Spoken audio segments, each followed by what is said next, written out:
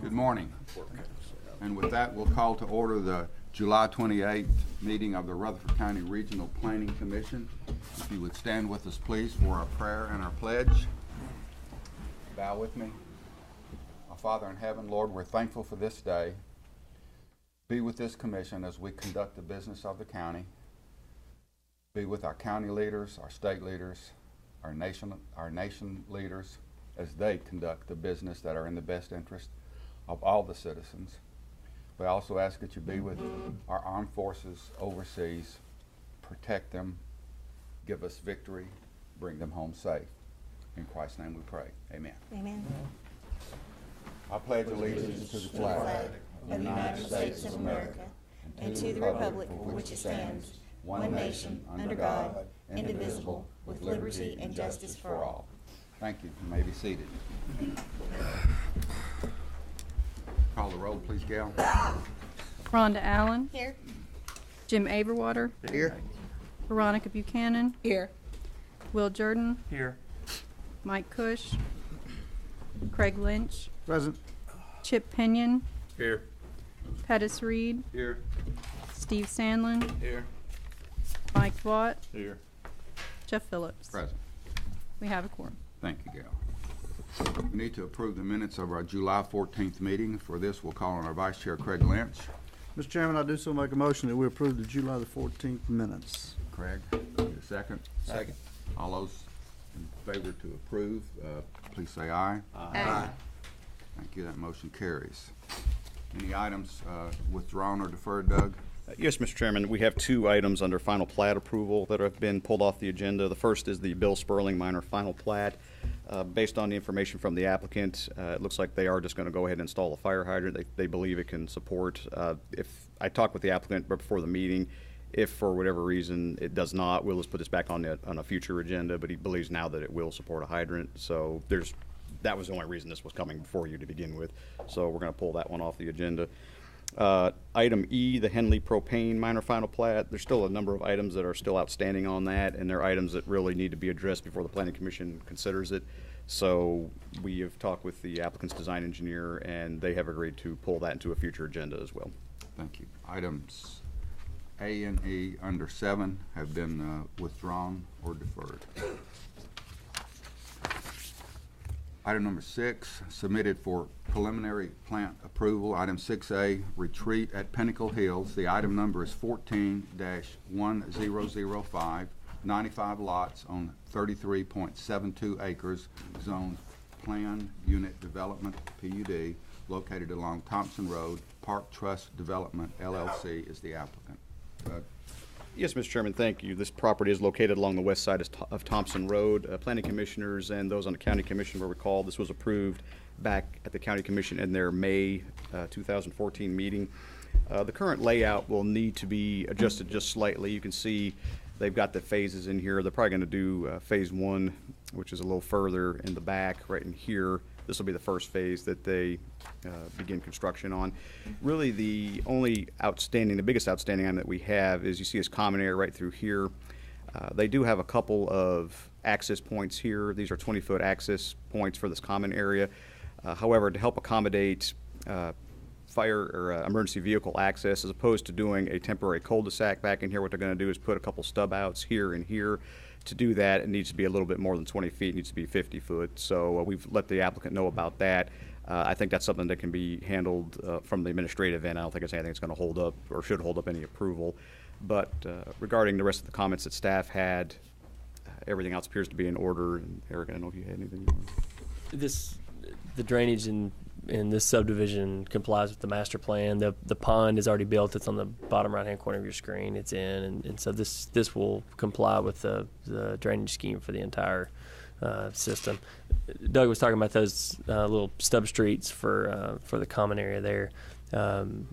We would possibly look at maybe letting him do a little bit, maybe a 40-foot right of way there. He's squeezing that in. Because basically it's just going to be a stub street. So Doug had mentioned 50, but if it would be okay with you guys, we if he could only do it with a 40, I think that would be okay also. And the design engineer said we could look at that later. What is the common area? Is that grassy area, woods, playgrounds? I mean, Um, does there need to be parking somewhere? I mean, I'm just thinking out loud, you know. Could you No. do just one, Eric, or does he have to have two? He has to have two. The reason we're, can you scroll up just a little? The reason we're looking at this, as you can see, you know, a lot of times in a situation like this, if the tract to the north here, if that was remaining property of, we would probably make them do a temporary cul-de-sac, temporary turnaround like we do often. But they don't own this property there, and so I kind of hate to make put a temporary something in for something we may never develop, or it could be a long time. And so we were trying to look at another option. We like the stub to the property, but we need to provide access, and especially with our new fire code, this is the kind of things that we address. And so these little stub streets here, they basically, it's kind of like a deadhead, and it allows for turnaround of large vehicles, emergency vehicles, school buses, dump trucks, and things like that. So it accommodates that without doing an actual temporary turnaround.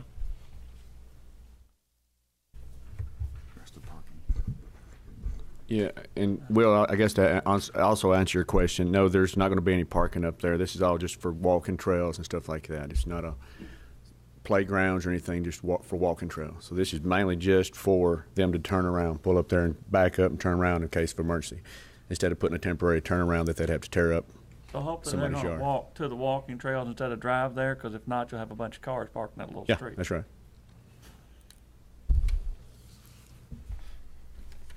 Will they be paved? These Yes, sir. little Yes, sir. turnaround- That'll have to be paid for them to get their, their temporary turnaround. It'll be a permanent turnaround for them. To discourage the parking that Will's talking about, would you pave it the whole distance, or would you just pave it enough to turn around? I mean, we would only need to pave it just for the turnaround. Yeah, but those lots are probably 150 feet deep, and, Yeah, and it's to meet basically- the fire code, you'll need that much. I was just thinking maybe a cul-de-sac and then those little roads to allow for some parking right there, because if 3 different people come and want to park there to go walk, 'cause a lot of people drive to walk instead of walking to walk, I would think. But I mean, this is something a little odd, I don't see playgrounds or anything. It's, is that gonna, I don't know if that's gonna be mowed, if that's something that's gonna be heavily used or something just for aesthetics. It's not gonna be used virtually at all. But Well, hopefully they're going to walk to the walking trail. They're not going to. The whole point of there's 2 common areas that they're going to continue. There's walking trails in between the 2. So the point of all that was to be able to walk throughout the subdivision. I Well, how do you get to this? wouldn't imagine somebody would drive 300 or 400 feet and park and then walk. Jamie, that second common area that's above lots 88 through 95, what's the access to it? 88. Talking about this right here. Over there. Right here. Oh, you talking about the This one. Yeah, it'll be between some lots, 82, probably 82 and 83. We haven't, identified exactly which one, but so there'll be a trail or path Mhm. that'll connect all of those, or Yeah. like a bike lane or a walking trail Yeah. or sidewalk or Yeah. something. and throughout. they'll just walk throughout the thing. That was part of the PRD package, the PUD package.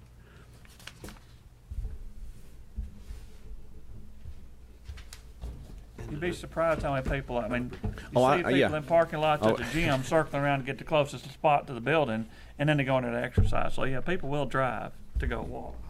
Yeah.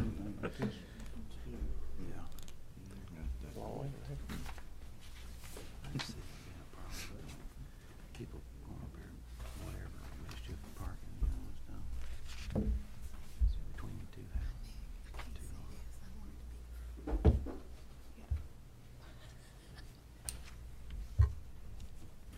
Any other questions? I just, I wonder if it's around the back. I don't know. That would make I don't know if I'd want either one of those lots, to tell you the truth. People cutting through. pulling up there to park, to me, that's inviting a lot of other stuff to go on over there that Yeah, that's true. may not want to go on. But Jamie, do you mind coming back up? Yeah. Was there any particular reason you chose to put them between 2 lots instead of putting them at the north of those? Yeah, so that they're right at the end? Well, there's a drainage easement. Okay. if you look at the top, there's drainage easement goes through there. I'm not opposed to the temporary turnaround. I mean, that's just something staff and I was looking at trying to work out where they're not tearing up putting in a temporary turnaround in somebody's yard and coming back, you know, a year from now and then have to go in their yard and fix it back and they get a big turnaround in their yard. Yeah, I was just curious about the location of this. Yeah, it's mainly because there's a big drainage easement at the very top. And then have y'all discussed the Cayman Drive and Carrington Place street names? That was one of the notes I had in our agenda. Wasn't this the one? What she was referring to is this is RK Sexina right here, and then it becomes Cayman Drive up through here. The comment basically was, as far as we know, these are both addressed off of Pinnacle Hills Drive, so there's no actual addresses assigned here. So this would have to, if you want to keep Cayman Drive, I mean, that's fine with us. You would just have to submit something to the road board that they could change this part of the road, this road name right here. To go I'm not sure, but I thought that had been changed already, Doug. I'll double check that. Okay. We have marked on our plats that that's been revised, that road name. Okay. Well, But and I guess to go back to your, I mean, we could move that. I mean, if y'all want to move it, if the staff's not, I mean, we can move that up to the top, parallel to that drainage easement. If, like you're alluding to, we can get it further up there. I'll pull the best I can. If I can do 40 feet, like Eric's talking about, I'll use that drainage easement and then portion of that remaining lands to put that drive in. It'd work out pretty good. Rhonda, part of the reason that we looked at there was, think of a 3-point turn for a fire truck. And so that, if you moved it all the way to the top, you'd kind of lose that. It doesn't have that. This is supposed to mimic what they call a deadhead. Gotcha. If you have a house up against that property line, that drainage easement, more than likely that property owner is going to mow that drainage easement and all. But if you've got a road beside them, nobody's going to mow that drainage easement. It's just going to be over there all by itself. Yeah. And then we're going to be sending the county or somebody out to clean it. Yeah. Mr. Brooks's guys may not have that much extra time on their hands. And then Jamie, what's the network? Where's it going to walk from common area 1 to common area 2? Just throughout. Is it going to go down the street? Yeah, Is it down gonna the go street. behind- Yes, down gonna the go behind street. properties? Yeah, just down the street and back through between two properties. Probably the 83 and 84, or the 82, 83. We still hadn't decided. So there will be a wider access to the lower, the 1.7 acre common area? Yes, sir. Yes, sir. All right, I was a little confused there. Yeah. And it'll mimic the 2 access width on the top. Well, not necessarily. No, it won't be 40 feet. No, because the only reason we're drawing a 40 feet up there is for the truck turnaround. Yeah, but it says 20 up there. It's only buffered. Yeah, that's being revised right now. They're wanting us to do a 40 foot right of way. That's what it was originally approved for until we did the truck turnaround. Those common areas, both of them, are they buffered? Are they going to be buffered? The only one that's going to be buffered is they're heavily treed right now. Is the common area, the one on Thomas Road. There was part of the PUD package that we buffer Mr. Wade's property to the north there. That's the only thing that's going to be. He wanted some certain trees planted where there wasn't a existing buffer, so they're planting I think Leland cypress all down through there. So the actual lots in the neighborhood are not buffered from the common area? No, sir. Well, the common area, the walking trails, what will be, will y'all build something, or will they just be, will you put down a pad, or what? Yeah, it's what was approved in the PUD package. I think it's a 5-foot walking trail, if I'm not mistaken. But just what we had talked about doing is clearing an area once we got up there and walked around the exact area, how to do where the walking trail was going. But it's just a 5-foot walking trail. No gravel or anything under? I can't remember if it's a mulch. No, it's not just a dirt trail. It's either mulch or gravel or something. I can't remember. On that one, I've done so many here lately.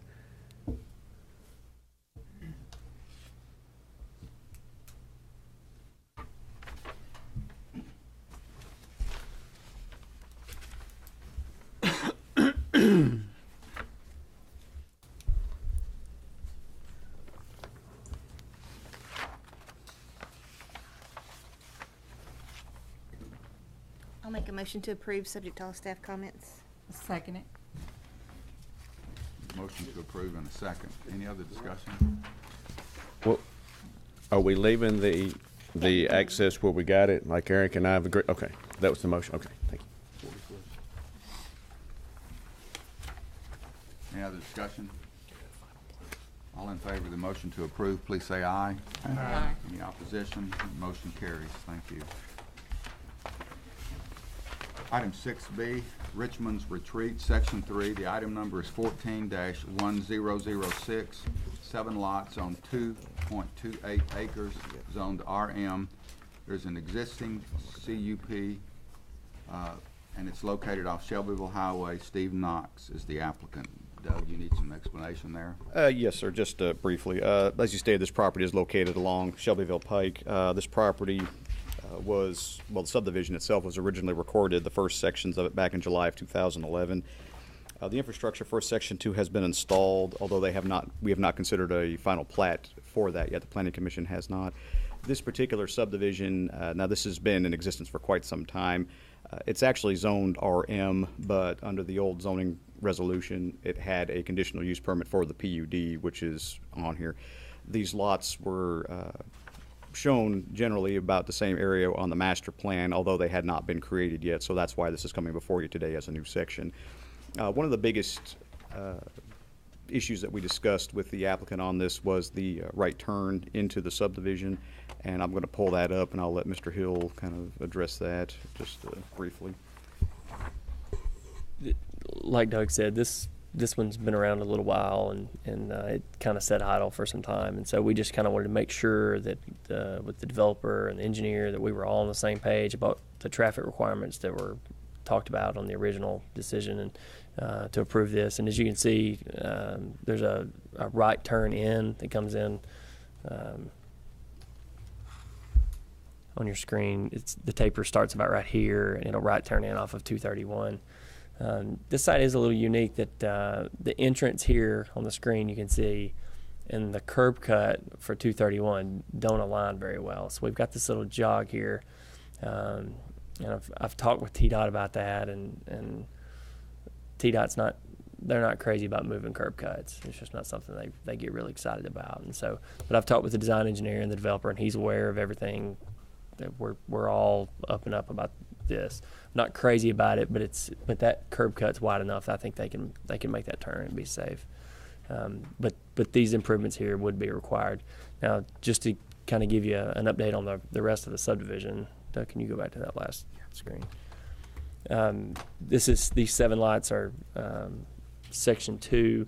When the original developer came in, they built this main road in, and then they also built this Raylan Avenue and around, and these cul-de-sacs here, and there's a little bit off the screen you can't see. They roughed that stuff in. It's that there's no asphalt on it, but it's in stone, and so that stuff's been sitting for a while, and so we've been going through the construction drawing phase on that, and that will be Section 3, which is already approved through you guys, but that's something that'll be coming in. They'll be selling lots on that before too long and starting to finish that stuff out. So just to kind of give you an update on what else is going on out there.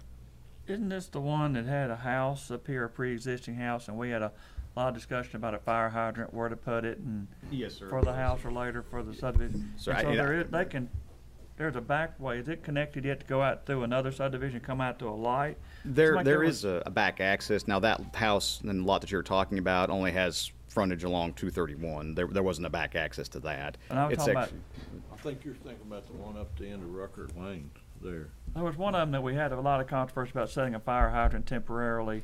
Oh, that you're house. that was Davenport. That was Davenport That today. I'm was- that sorry. was right down the road Right, from us, right, I know, yeah, right. okay. I'm sorry. It's about a mile. Yeah. Yeah, there is actually on this one, there is a house, actually you kind of see it's right here, and they actually platted that one out as a separate lot. I remember the other so, one having yeah. that jog coming in, but it Right. went around that pre-existing house, but sometimes they all sort of blur together. Right. Exhibit the empty bottle where that was, Yeah. close to. I'm not too familiar with it. Oh, you hang out there a lot.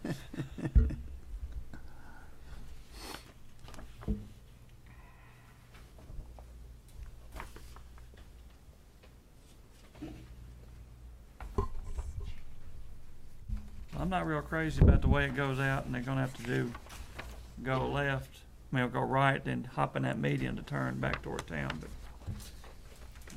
It's 2 lanes of traffic. yeah, It's sort of T-Dot's call too. yeah. But, And there's also, I don't know exactly how many, I mean, section one's, there's kids in the yard. I mean, there's several homes already existing in that section one. I'll make a motion to approve, subject to all staff comments. Second. Motion to approve in a second. Any other discussion? All those in favor of the motion to approve, please say aye. Aye. Any opposition? Motion carries. Thank you. Item 6C, Heatherwood, Section 3. Item number is 14-1007, 31 lots on 14.28 acres, zoned RM, located off Florence Road. Gibson Development LLC is the applicant. Doug.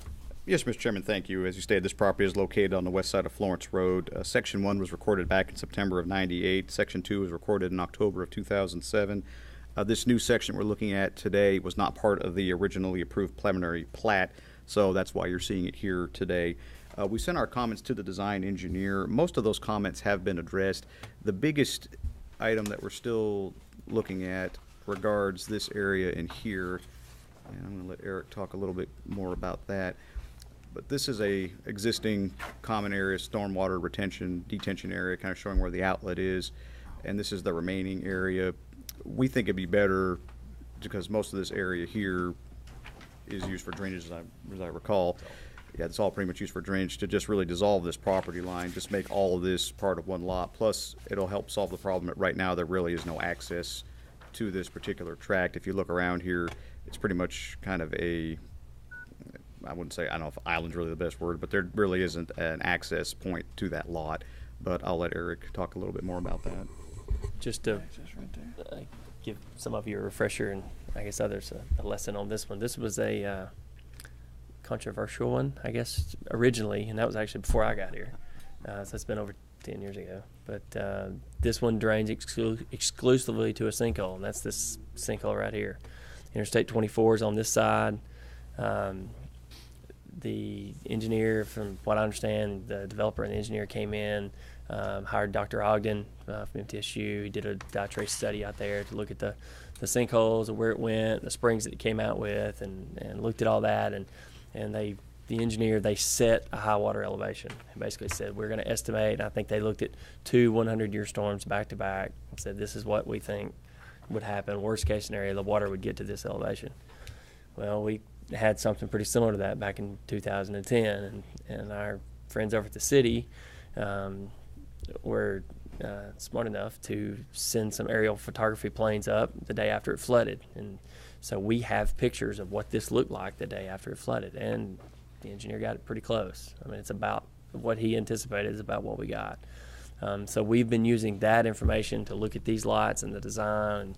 Mr. Steele, the engineer, we're on the same page on this thing, and kind of looking at what happens if we get that storm and a little bit more, and I think he's got a plan worked out that will be as good as you can in this situation. So we've looked at all that stuff. This whole area in here is just area that's set aside for water, and it may be once in a blue moon, but that's the whole point of that area, and they're going to call it a common area, and I'm sure the people will use it for recreation most of the time. But it's we get a heavy rain, it's going to flood in there. So, but this does, as you can see, they've just kind of left all this out. They've surrounded it, and they're connecting this stub street here that's existing to this stub street here, and so everything that they've got in front of you today, it meets all our requirements. Who maintains that? You know, currently I want to say that the developer still maintains it, but long term we'd be looking at the HOA would be responsible. Is there an HOA in place? I don't know. They're cutting hay off of it now. Somebody's been rolling the hay there ever. As these new sections come in with our stormwater requirements, you know, we require maintenance agreements and performance agreements, and those in these sections that come in, we kind of tie in the whole thing. So that works out good for us. Our stormwater requirements kind of help clean up some of those older things too. So that'll be something with this that we'll require, since this section uses that area for its drainage, we'll require somebody to sign on for a maintenance agreement in perpetuity for that. So those kind of things we've been cleaning. We cleaned a lot of those up in the last. This is where they're dependent on, though, that sinkhole, where we're designing outside sinkhole now. We're Right. not dependent on that sinkhole. Yeah. So I don't know when that was done exactly, but I mean, you know, it could have collapsed since then. Like I say, you're rolling hay off of it right now, but what's the backup right there? Well, I don't know if this is a technical term, but I think they designed this using my dead cow theory. You know, if a dead cow gets down in that sinkhole and clogs it up, what's going to happen? And that was the design theory they used. So I don't think they taught me that in school, but I mean, this thing's laid out like that. So if the sinkhole didn't take any water, it's going to be fine. 2 back-to-back storms. Now, I mean, after that, I mean, at what point do you have to design for? You know, I mean, it's none of our normal Well, I'm drainage saying the system are outlet is designed going for to sit there until it it just evaporates. dissipates, yeah. Up or down, yeah. Okay. That's a huge area. isn't it? Yeah, It's yeah, big. I'm Yeah. saying I it's- don't know exactly how many acres Got- that is. 100+ houses already in there, if I'm, Well, or dozens and dozens, and they're you- using the same restriction, the same area, I mean, for drainage. So it may be a little late to try and do a homeowner association or whatever, because the rest of the people are yeah. not gonna accept one at this point in time, I was thinking. Unfortunately, what we've been doing is, I mean, even like this section here, there's however many lots. I mean, we would require an HOA for that drainage structure. I mean, that's just, we're kind of making the tail end of these things. I mean, it's unfortunate, but I mean, I just don't feel right letting them, just because it was done maybe not the These best way before. 31 lots could end up having to do all the work for all the rest of them. Now what, on this one, Chris, you've got these lots and you've got these remainder here too, and so we would make all of them do it. So I mean, but still, it's, I don't know if it's fair, but I think it's the best way to do it. I think it covers us. We have to. And that, well, this is 46 acres here, and I think that's just this area, and so, yeah, all this. So you're probably talking, 75 maybe total, something like that.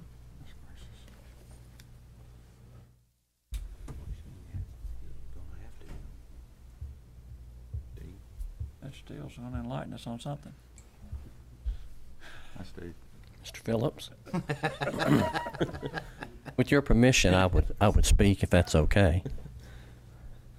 What I thought I might rise to tell you all, the homeowners association was required with Section 2, and in fact, I looked at my recorded plat, and it says that the homeowners association is recorded in Book 790, page 2807. So there is a homeowners association in place. I would imagine the developer still controls it because he has control of most of the land there. But there is one in place, and these proposed lots would be a part of that also. So everybody that surrounds that detention area would ultimately be responsible for its maintenance and upkeep.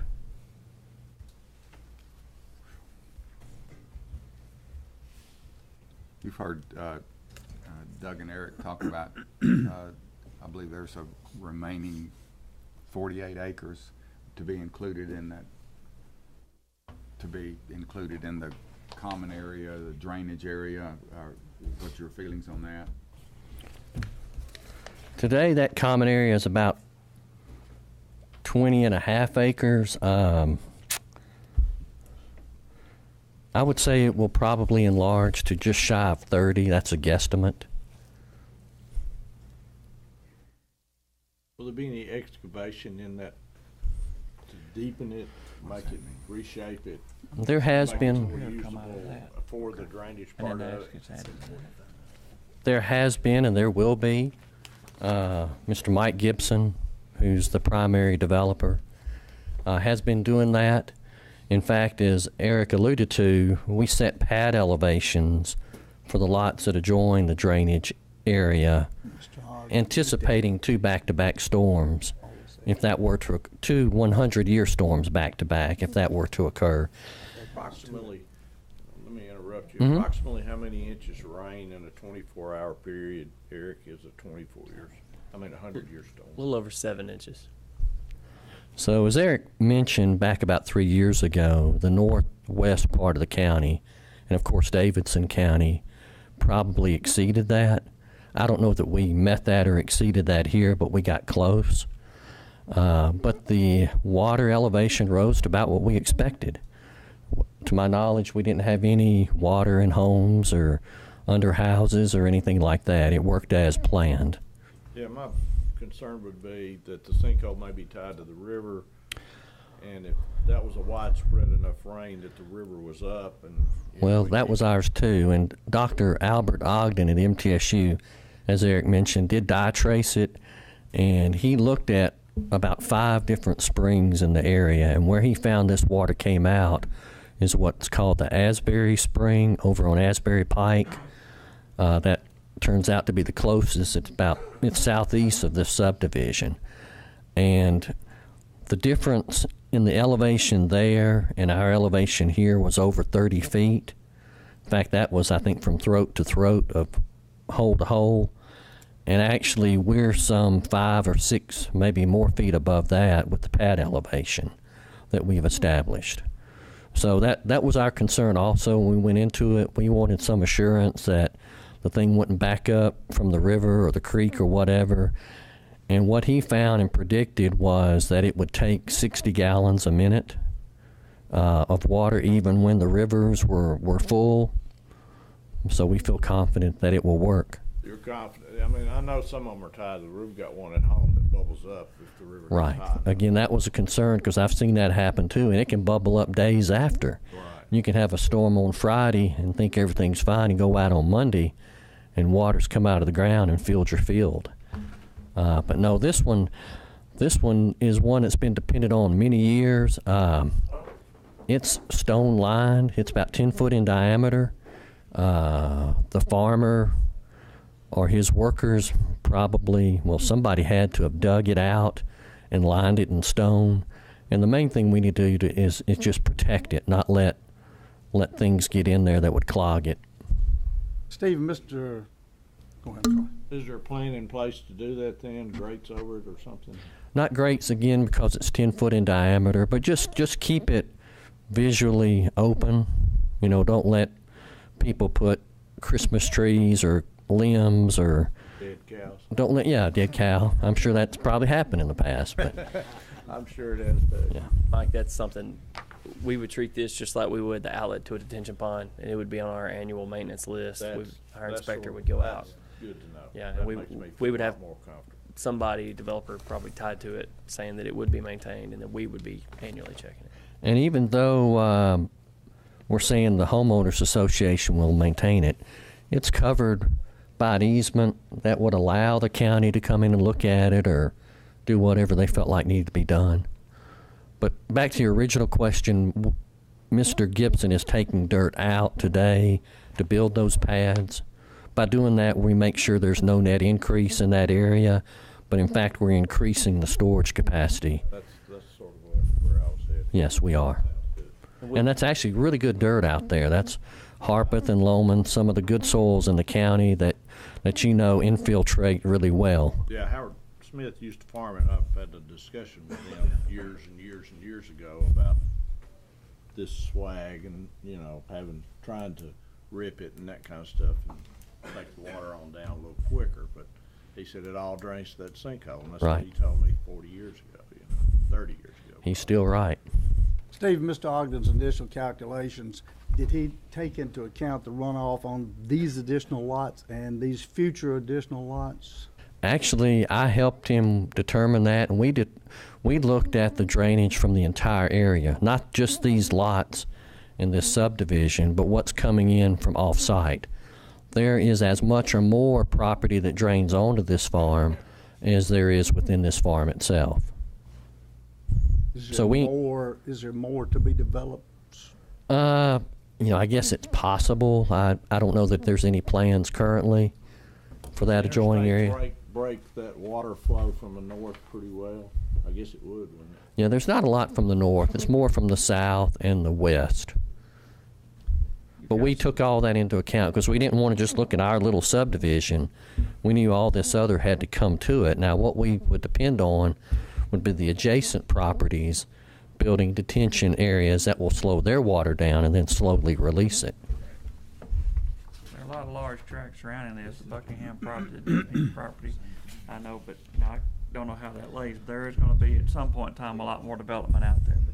But you're getting back closer to Blackman Road by then, and some of that drainage will go back in that direction. That's correct. It does break the other way at some point. You've got common areas, B and C identified as recreation, and they're right up against common area A. Is there any safety concerns about people being on that and wondering? No, ma'am, because that area that would pool in water under a heavy storm event, it's very shallow. Okay. In fact, it was ironic. I looked at the pictures with Eric. If you look at it, you first think, what is that little green ring around that area when the water stood?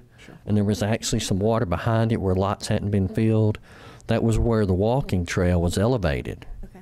So it's it's a foot or two higher, but we're not going to have great depths of water next to that. And in most cases, there won't be any water. It's just under extreme events, and most likely somebody wouldn't be walking at that point in time. Eric, who is responsible for making sure that the HOA documents address maintenance of this area? I mean, these are obviously old documents when this wasn't a concern. Who can make sure that that's updated? Well, I don't necessarily check the HOA documents of how that HOA is set up, but our documents from the stormwater side that we draft that basically make someone sign on for the maintenance of all stormwater infrastructure. That would be me, that side. But that's not, it's a separate document from the HOA's initial setup. And But so, that puts the responsibility on the developer, right? yes. Now, but the developer is obviously just around for a limited time. How do you make sure that this is maintained for perpetuity? It's worded legally through, and Josh helped us with that, where whoever, if the developer signs on, or in some cases the HOA may sign on, whoever's over the HOA, it stays with that person. So if they pass away, whoever handles their estate, I mean, it is locked in for, it's worded right so that it's not just a one-time thing. Miss Allen, if I could go back to your question, it's been a while since I've worked on this. I looked at the plat for Section 2, and we indicated that a farm fence would be put around that area once all the work is done, so that there will be a fence. And there may be one out there right now, I'm not sure.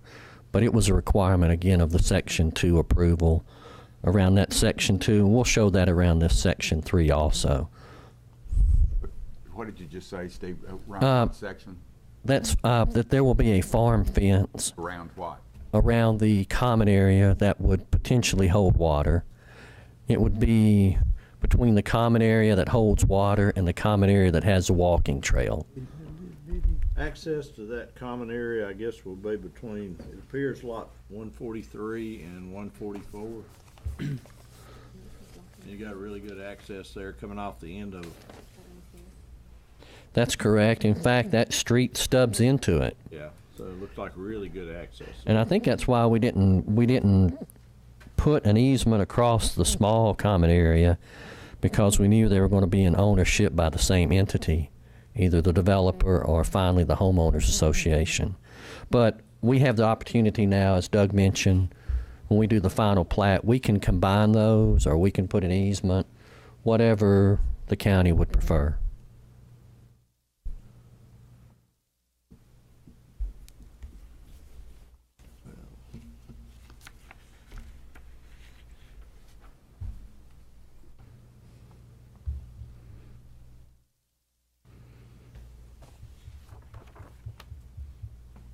Make a motion for approval. Second. Have a motion to approve and a second. Any other discussion? Let me just follow up again. I'm maybe a little bit, maybe I just am not hearing what we're saying, but I think staff recommended that that whole section in there be turned into a drainage easement.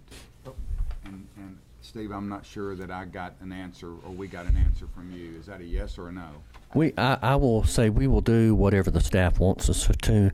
I'm not sure that's what I heard Doug say, but we will combine. Right now we have a common area, I believe A and B, and we were proposing a small area C. We can combine all those into one area if that is best, or we can provide cross easements, just whatever's appropriate. We'll be glad to do. Yeah, and after hearing Mr. Steele speak about this, probably the best thing to do would probably be where this road extends into Lot 146, which is the walking trail common area. And this is Lot 147 up here, a 50-foot access easement right across that would be fine, because this is over 5 acres, so that would be, I think that'd be all right. So when they do the final plat for this section, they can just show that and on there as well. I think that would take care of it. You guys are gonna work that out? Yes, sir. That other big section, this other big section. The right triangle here, to the right of the that was my question, is what is that gonna be used for if it's not part of that whole section? That was intended to be used for recreation. Okay. That area is a little bit higher than what we anticipate that flood elevation to get to. Okay. So that was going to be left to just a sitting area, to the right. possibly a playground area if the homeowners wanted to do that.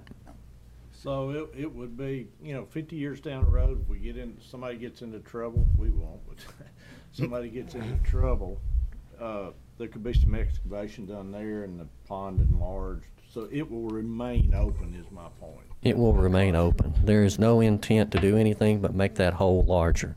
And Mike, I've had talks with Mr. Gibson back earlier this year. We sat down with him and because he got some projects in other parts of the subdivision. He was wanting to get some dirt out of there. And so he came to me and wanted to talk about that, and we were all for it. So, and I told him anything they pull out of there is a good thing. And so, and that falls under the he was wanting to make sure he didn't have to go get a resource extraction to do that, and we consider that work for the subdivision. He didn't have to do that, so he's cleared that. I don't know if I'll be watching to make sure it gets leveled back off and all that. Yeah. Well, one thing we might do, Mr. Vaught, in hearing you talk about that, I've thought about this. As the water fills up, it would have to spill over that rock enclosure for that hole. What we might want to do is to encourage that water to get there quicker rather than filling up so deep. We might want to establish a swale toward that hole and put some sort of inlet device like we would over a normal detention pond to allow some water to get in there quicker, because it's just a matter of the volume of water and the time it takes to get out. If the quicker some of it starts to get in there, the quicker it's going to get out, and the less height that would build up in that area. So that's probably a more likely thing to do. We can dig and dig and dig, but really what needs to happen, the water needs to start moving out quicker, and that'll give you more volume available. But probably a combination of both. That'll dry it up faster after a large rain too. Exactly.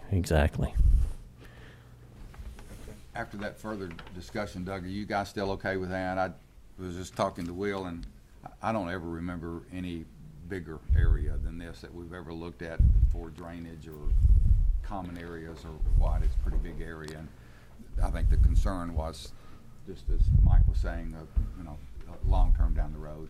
You guys are okay with working with Steve and his group? Yes, sir. All right. The motion to approve and a second, still okay? Yes, sir. Subject to staff comments. Subject to staff's comments, okay. Any other questions? All those in favor of the motion to approve, please say aye. Aye. Any opposition? Motion carries. Thank you. Thank you.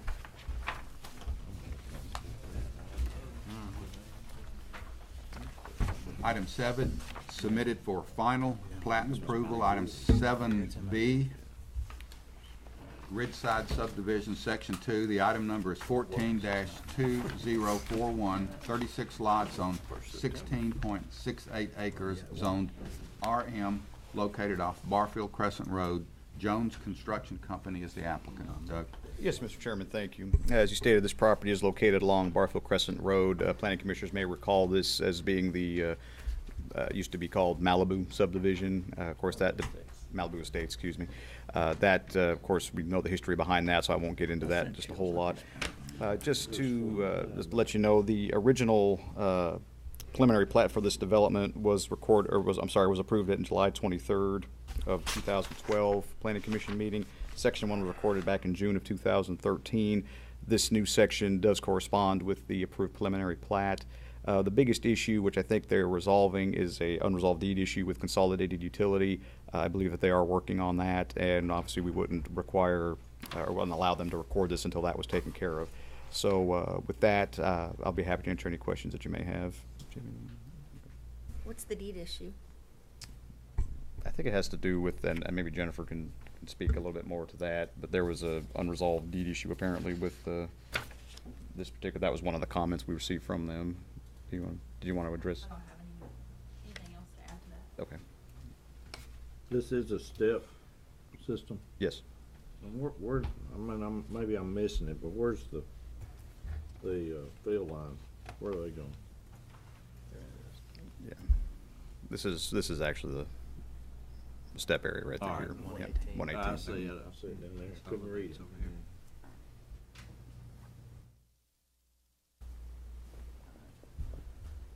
Everything complies with the preliminary. I make a motion to approve subject to all staff comments. Second.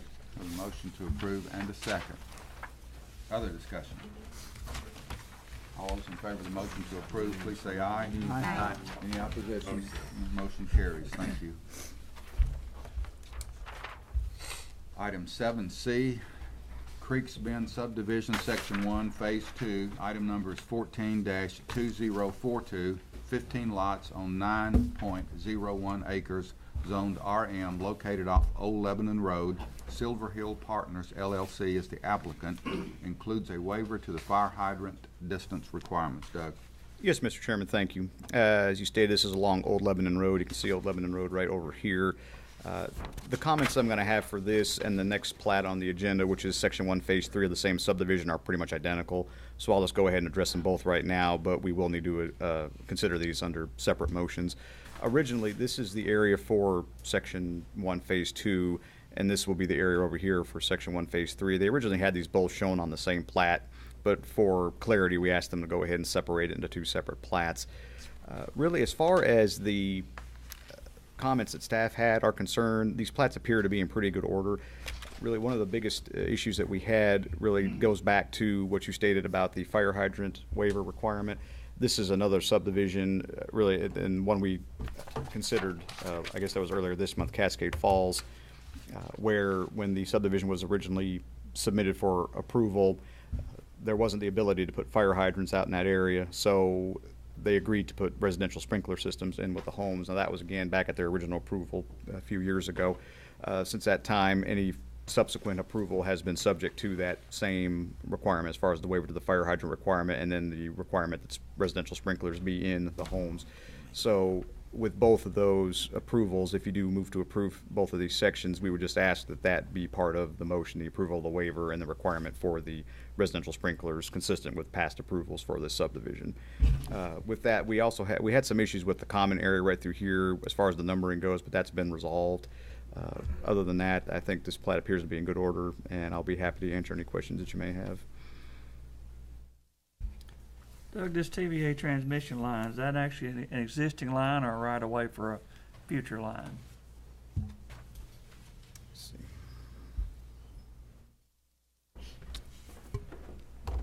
Jamie, do you know if it's? I'm not sure if it's an existing line. If it's an there existing or not. line, then people see it when it's there, but if it's a proposed line, then this eats up a lot of 11, 40, and 41, which may not even be something, and that may be other parts, but I hate it when people buy a house and don't realize there's a right-of-way across there, then 10 years now they start standing up these towers out there or something. It could be either. Could be coming, one of those from Hartsville. Corey, is that a line? Wake up, Corey. Is this TVA line through this subdivision, is it existing or is it a proposed line? It's the one that's abandoned, if I'm not mistaken. It's still there, they have the right of way. So the poles or towers or whatever are still there? They're still, Okay. It's an old port. there's some might be there, some might be gone, but most of it's gone. It's a mixture of both, Will. It's got It's got some old stuff and some, Okay. but it's Alright. it's abandoned. As long as it's not something that's 10 years from now from being done and somebody can tell there's a right of way through there. If they abandon it, they still got the right of way there, don't Well, they? they don't get back right away through Right. there. They won't ever get back. It's still there, I promise.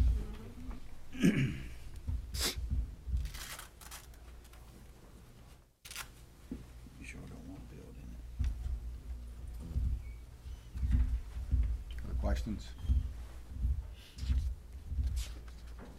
Motion to approve with staff comments. Second. Motion to approve in a second. This is section 1, phase 2.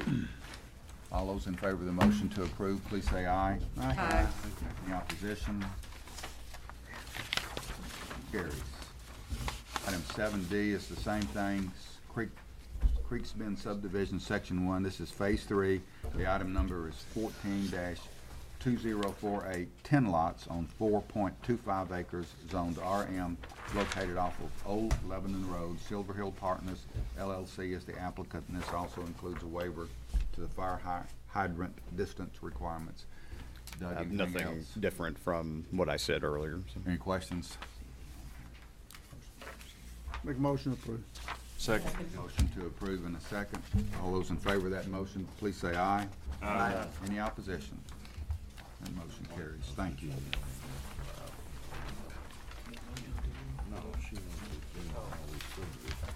Item 8, under staff reports, I'll remind you that our next meeting is scheduled for Monday, August the 11th, 6 p.m. over at the courthouse. And under staff reports, Doug? Yes, sir. And just a couple of updates that we want to give you on the subdivision regulation amendments and update to the fire code adoption. And I'll kind of leave this up to the board as far as how in-depth you want me to get with this. What I've got here, and we sent you the link to these amendments, proposed amendments earlier, I guess last week, or actually even the week before. You'll recall last month we had a training session with our fire chief regarding the changes that would be coming because of the fire code adoption. Since that time, the fire chief, myself, Mr. Hill, Mayor Burgess, and Mr. McCrary and Mr. Jones, I believe, there were several of us in the meeting. We've had several discussions regarding this since. A lot of what we talked about at that training session is really not going to be as we had originally had thought. Mr. Farley is here and might be able to speak a little bit more to this, but essentially they're going to go back through County Commission, Public Safety Committee, kind of reword the resolution that adopted the fire code, which will take a lot of the residential aspects of that out from what we talked about at last month's meeting. So as far as the fire hydrant requirements and those things go, we will still see fire hydrant waiver requests and those type things. Now, the biggest change to that, if you will, if I don't really consider this a change necessarily, it's just really to be more thorough with those. Anytime we get a request for a fire hydrant waiver, we always send those over to Consolidated Utility for their input and comments onto it. We're also going to send them to the fire chief, which really is, I think, a prudent thing to do to get whatever comments and recommendations that he may have when we present those to you. So you will still see those coming before you. Now, that's really dealing more with residential. You don't do so much with the commercial side of things, but as far as the commercial, really a lot of what we talked about for the commercial, the Board of Zoning Appeals, based on the discussions we've had, probably won't be seeing fire hydrant requests for variances to the zoning anymore. We'll just send those straight to the fire chief, and they'll have them work out with the applicant if there is an issue with fire flow, fire hydrant distance, those kind of things. So I still think that that's a better situation than what we started with. So what we're looking at here, and that you can see on your screen here, like I said, there's several pages here dealing with some subdivision regulation amendments.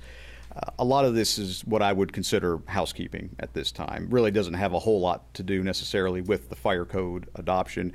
We've identified, Mr. Hill and myself, we've met with staff and have gone through the subdivision regulations and have found a number of things that we think need to be addressed.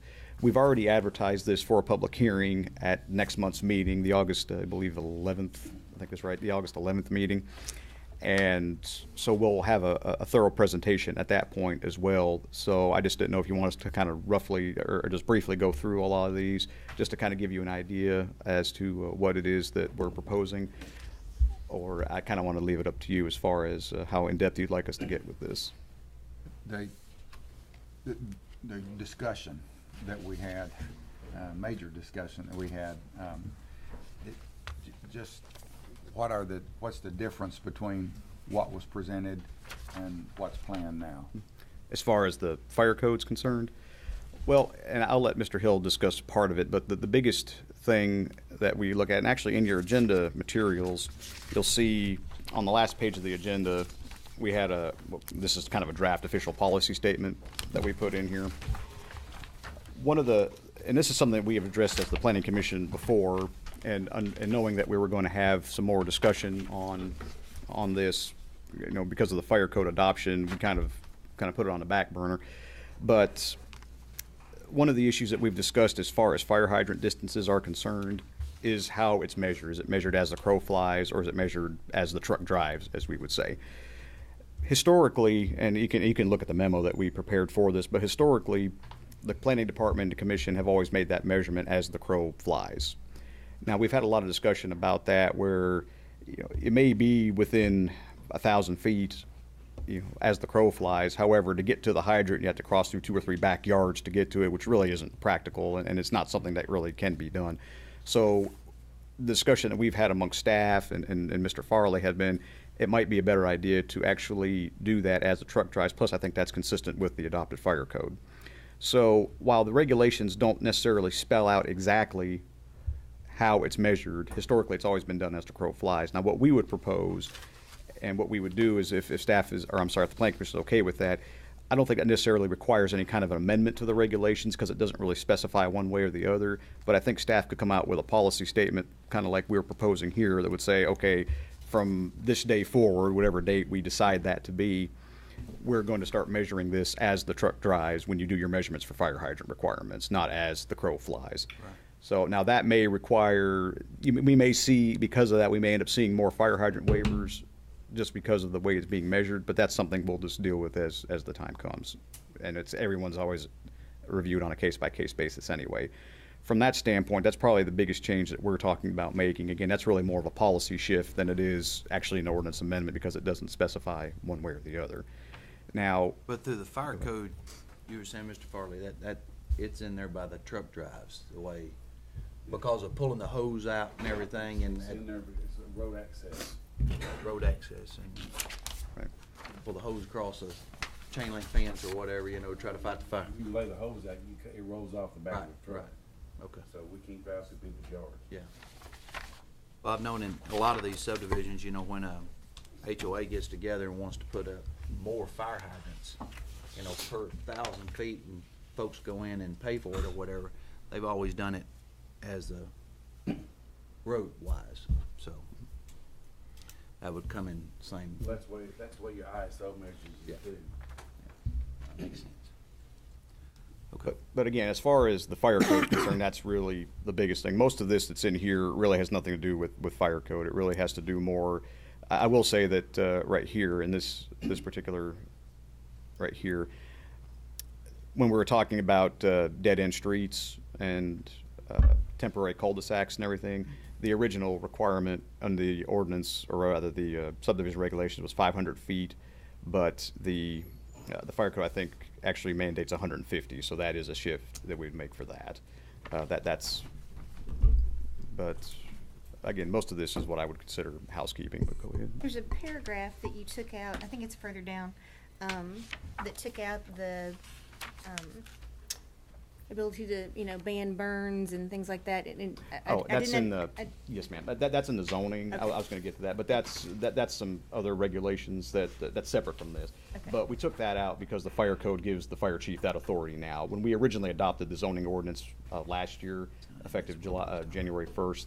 That fire code had not been adopted, so he didn't have that authority at the time. But now that he has it for the fire code, we don't really need it in the zoning, so we're just gonna mark that area reserved. And then there was somewhere, I don't know if it was this document or the other one, where you took out 5 working days and just took out working and made it Yes. days. Yeah, I think what happened there, yes, and that's in this document. And let me see, I think I saw that. Oh, here we go. That's in this paragraph.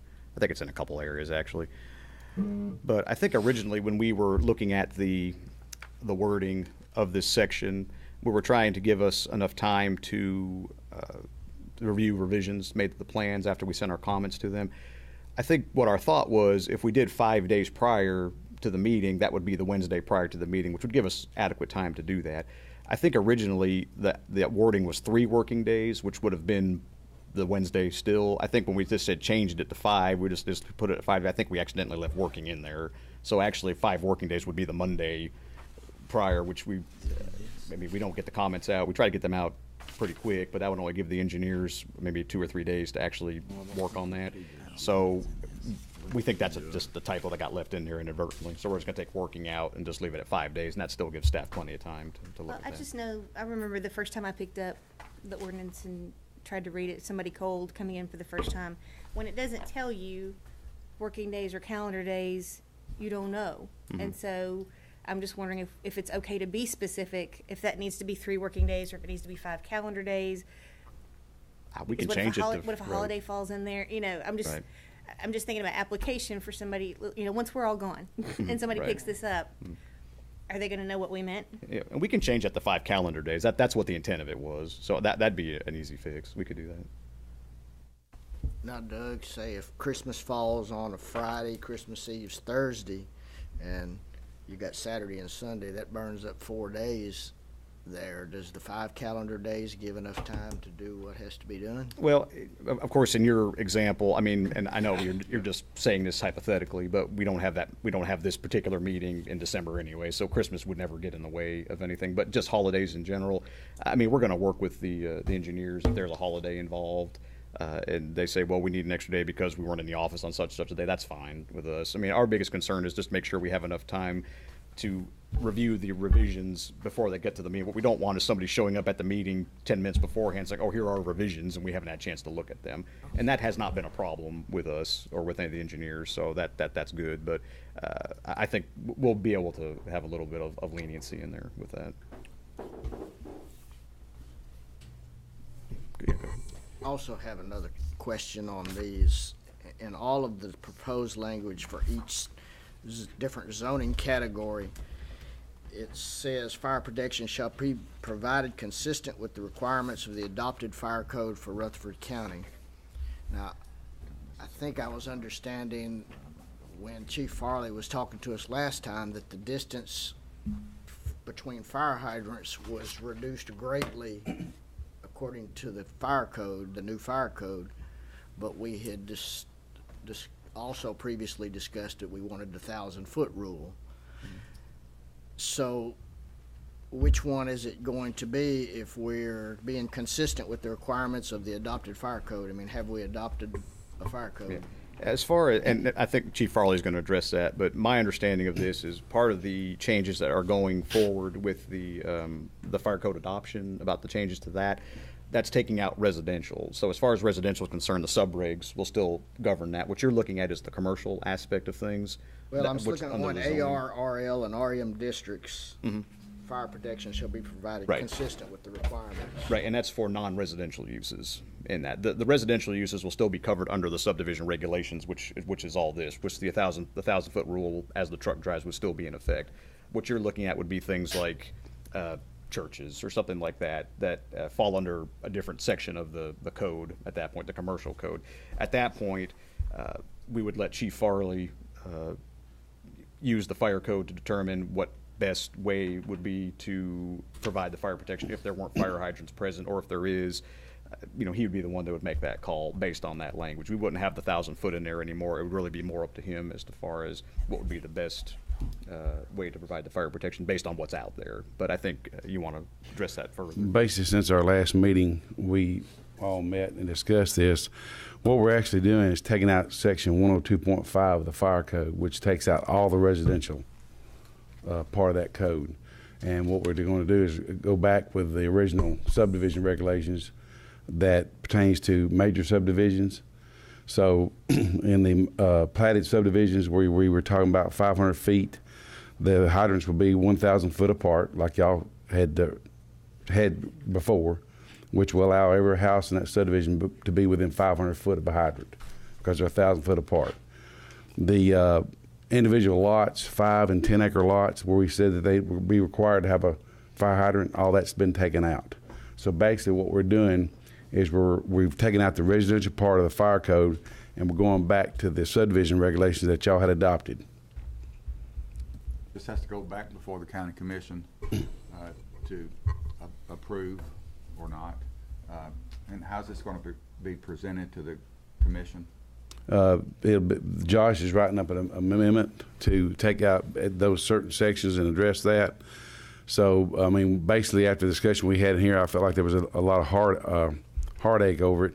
So we just going, the fire code was staying in place, but the residential part of it is that determines what's in a subdivision, what's in a 5 acre lot or a 10 acre lot or a 100 acre lot. That's being taken out.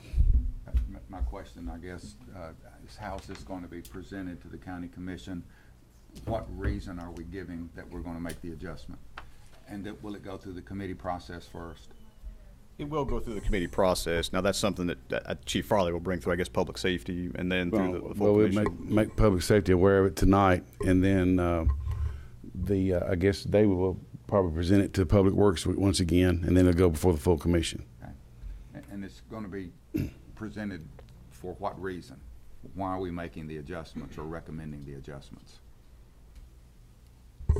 Well, I mean, I guess based on the discussions that we had, I mean, I mean that's a good question. How exactly that's going to be? Well, basically, over the heartache I felt like the planning commission had over the adopting the fire code, and the way they perceived, I guess, the way things were done, and they were uninformed on that position, which my understanding was Mr. DeMasi had told y'all time and time again the fire code was going to be adopted. And I guess for lack of y'all asking the right questions, you felt like it was under false pretenses. So in order to keep things, I guess, in line with y'all already have them, we agreed to take out the residential part of it, and just in all that the residential part will be stated in the subdivision regulations as far as the fire hydrants. And I felt like if we could get the fire hydrants within 1,000 foot road access, then that would still place every home within 500 feet of a hydrant. Now, you understand, once CUD looks at this, and one of those fire hydrants may land at 1,000 foot, may be in the middle of the driveway, of course, it'll be moved left to right in accordance with that. But basically, we kind of had the discussion, and to kind of, because there was a lot of heartache at the last meeting. So we felt like we need to go back and realign this to reflect what the Planning Commission had worked hard on for over a year. Yeah, that's exactly what I was thinking, is that this goes back, it honors the work that we did for the 1.5 to 2 years leading up to this, that basically became undone by adopting this code. So I think That's the right thing to exactly do. kind of semi-sort of what I'm driving at. The county commission, the commissioners who are not part of the safety committee or not part of this commission are going to want to know, why are you bringing this back to us? What's the issue?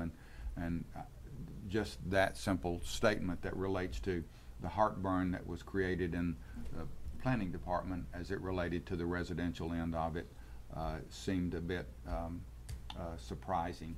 So we decided to go back and adjust it. Well, it was just more far-reaching than I think what we had decided as a body Right. we wanted to adopt based on that 1.5 leading up to it. At this point in time. And based from my perspective and my experience and what I've seen, I would rather require everybody in the county have some form of fire protection. But I felt like this committee wasn't happy with that change. And in order to, I guess, to keep everything in line, everybody on the same page, and try to, calm the storm, you might say, we decided it was probably best that we back up, take another look at this, and provide fire protection in the platted subdivisions, major and small or minor, or however you all describe it. And then the people out who had farmland that built on it or developed one house or two would take that out, and they would understand, which when they come before these planning commission to ask for a hydrant waiver, they will have to approach me, and at that time I'll have the opportunity to explain to them how this will affect their insurance costs, how this will affect them as far as fire protection. And basically, as far as water supply, they won't have any other than what we bring to the scene. So they can make a better educated decision on where they want, if the water provider can provide a hydrant. If not, then I can tell them the options they have as far as a tank in the ground or providing a sprinkler system in a home. And that way, when they choose to deny that and they're granted a waiver, then when they come in, their insurance company tells them their insurance is going to be $3,000 a year, they can't start hollering, well, I can say, well, I tried to tell you. So that, in other words, you're just giving them more information to make a more educated decision. I like it. And I felt like that was in keeping with what this committee wanted. You have some way of covering yourself, I guess, with some kind of documentation or something to give them or whatever when you know, I guess all of them's going to be coming to you for approval or denial. Well, really, this committee will approve the fire hydrant waivers, but they're going to have to come to me, and that way I can give them information to tell them, you know, what's out there.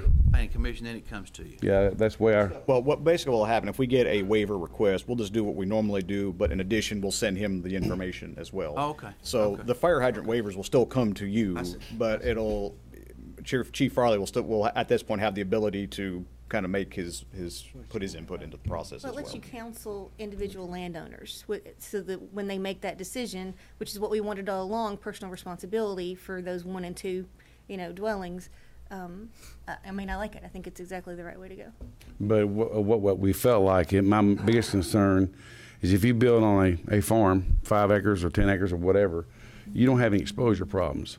When you build in a subdivision, you have houses right beside each other. So if I don't have adequate fire protection or adequate water supply to fight that fire, then that house could also extend and cause the next house to it to ignite.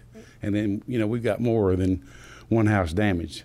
So we need adequate water supply. And I think we can, with the adequate, with the large diameter hose we carry on our fire apparatus, if each home is within a 500 foot, and that's where they would be being 1,000 foot apart, that would give us adequate, we can still lay out to that hydrant and provide the required fire flow. Thank you for being responsive. Well, I just didn't like the feelings we had after this meeting was over with.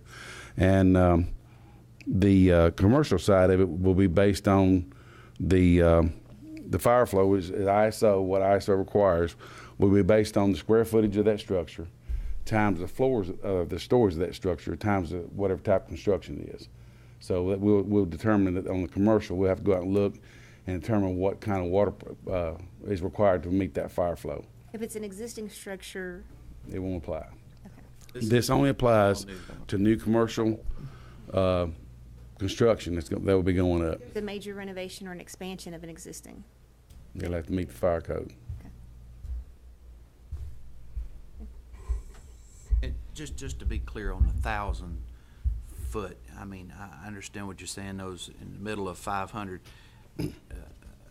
Home I used to lived at 10 years. I mean, when the subdivision got together and we were going to put our own fire hydrants in, it was a pretty good expense there. So I was down at the end of the cul-de-sac. So they went, I was thinking I might have a fire hydrant right in front of my house, which was great. Bring it on. But cost-wise, to help the other people out on the street and for it to break down the cost for everybody, then they wanted to go 1,000 feet down from me. So I was within that 1,000 feet, but see, at the end of the cul-de-sac, straight on down the street, from that fire hydrant to my house, it was 1,000 feet. Now, everybody, of course, in between there is less than that, all the way up to the fire, but then it goes 1,000 feet the other direction before there was any other breakthrough or another cul-de-sac or anything like that. So that's still okay, right? I mean, Well, you know, the CD will look at that and they'll place those hydrants 1,000 foot apart. That may have changed from years ago, but, But as long as I can connect to that hydrant, or the insurance company calls me and says, Mr. Santa lives at this address, and we want to verify that to give him the better insurance rate, how far is he from a fire station and how far is he from a hydrant?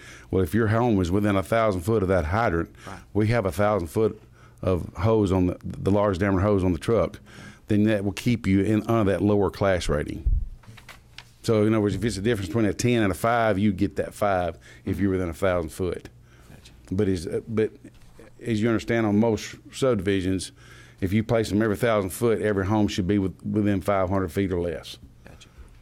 I think we've made major progress just getting that defined. Yes. And the remaining, you know, the subdivision plats going forward. Yeah. I think that's a major help right there. And two, we addressed and went with Eric in the subdivision where the fire code required a 96, I think it's 96 diameter turnaround. We went with an 86.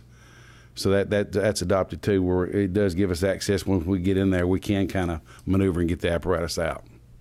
It's on your screen. You can see that's a view drawing for, we've got one for a curb and gutter section, and this one's actually for a ditch section. This one's a little bit tricky because on these, we would actually, you see we've got this 55-foot radius right away. On a, if it's not curb and gutter, we will have to increase we typically do 100-foot right of way. We would have to increase it by 10 feet just to get it to fit. So, but the 86-foot cul-de-sac, that's consistent with what the city does, and I've asked around a little bit, and no one on the field seemed to think that'd be a big deal, and it's probably a good thing to keep on things like that we can keep consistent with the city. Yeah. It makes for the installers. Sometimes it gets confusing. They get used to using the same numbers. It helps. Wasn't there another change relating to roads in the new code?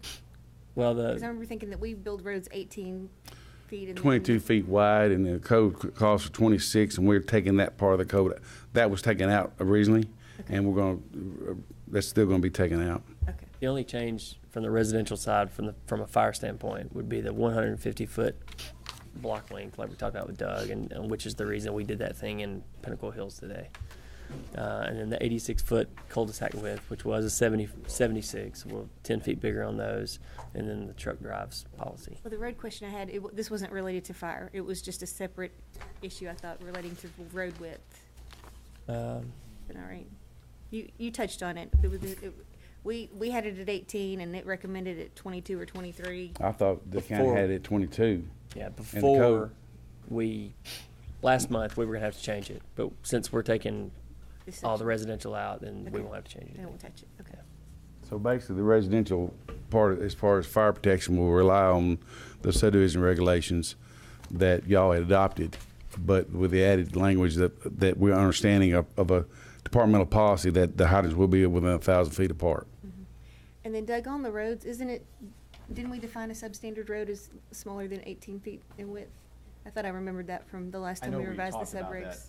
In the past. Now, we have our standard drawings in there that define what a standard new road would be. Okay. Now, as far as I don't think we actually have it in the regulations anywhere. It says substandard is this many feet or below. That is something we had discussed, I remember, when I first started working for the county. But moving forward, any new roads that we have are based off of the drawings that we've got in the subdivision regulations. Okay. Thanks.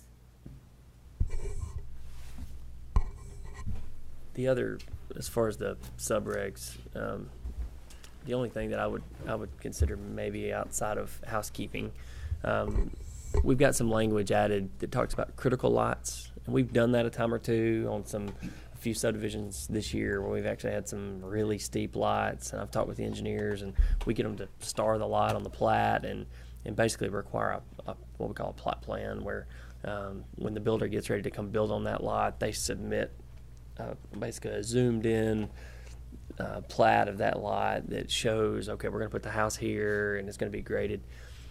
What happens is, when you're laying the big picture stuff on the side of a hill, it looks pretty good. But when you really start getting into the details of, okay, this house is going to build up, this house is going to be down, and there's, 20 or 40 feet between the houses, and, there's 10 feet of elevation difference, from a water standpoint, we end up on we end up looking at this stuff after the homeowners have moved in and everybody's mad. And so talking with other communities, a lot of people look at this stuff up front and fix it before everybody gets mad. So that's our solution to that, is to try to look up front. I'm still honing in on the criteria for what's going to flag it as a critical lot, and so trying to put something more than just at my discretion, but trying to get some grades and things like that. So that's in here too, and when we talk in 2 weeks, I'll have better details on what we come up with. But that's a change in here.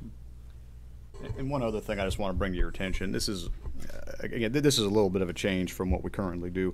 Whenever we have final plats that are signed after they've been approved, the utilities sign off on it, and then staff signs off on it, and for major plat, larger plats, anything has to come to the planning commission, the chairman has to sign off on it.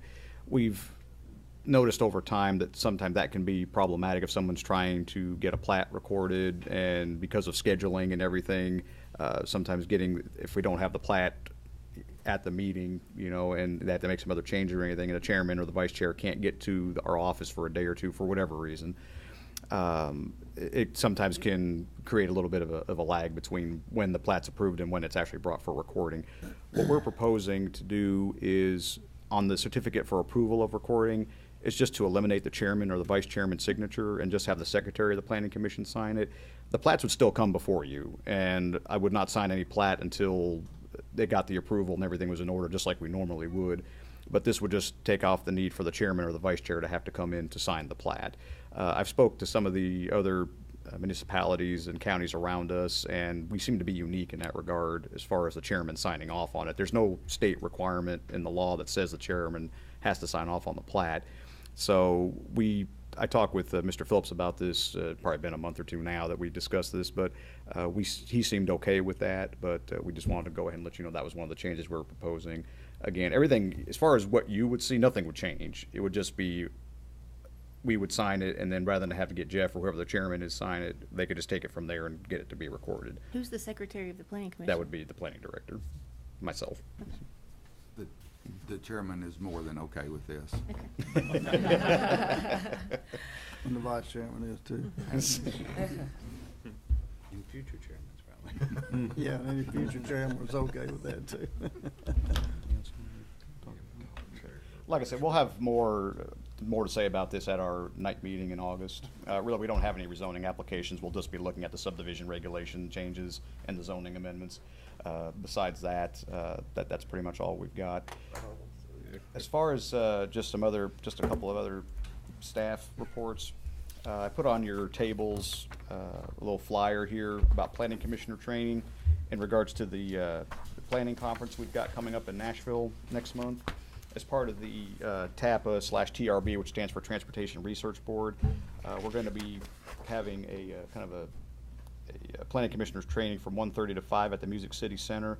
It's only $50, but Bill Terry will be there. He'll be giving an overview of planning commissioner responsibilities, how it relates to the comprehensive plan. Bridget Jones with Cumberland Region Tomorrow will also be there to make a presentation on some of the regional activities that they're doing in this area, as well as some of the other regions across the state. I think it's going to be a really interesting session. It's only going to be $50. Obviously, we would take care of that. If you're interested in going, don't register. Let me know, and we'll register for you. That way you don't have any out-of-pocket expenses. But if you could let me know probably within the next week or so, that way I can go ahead and get that taken care of, that'd be great. This will go forward again, toward your yearly requirements for planning commissioner training, which most of you have done pretty well with. But if you got questions, just let me know. And Eric, I know you've got something else you want.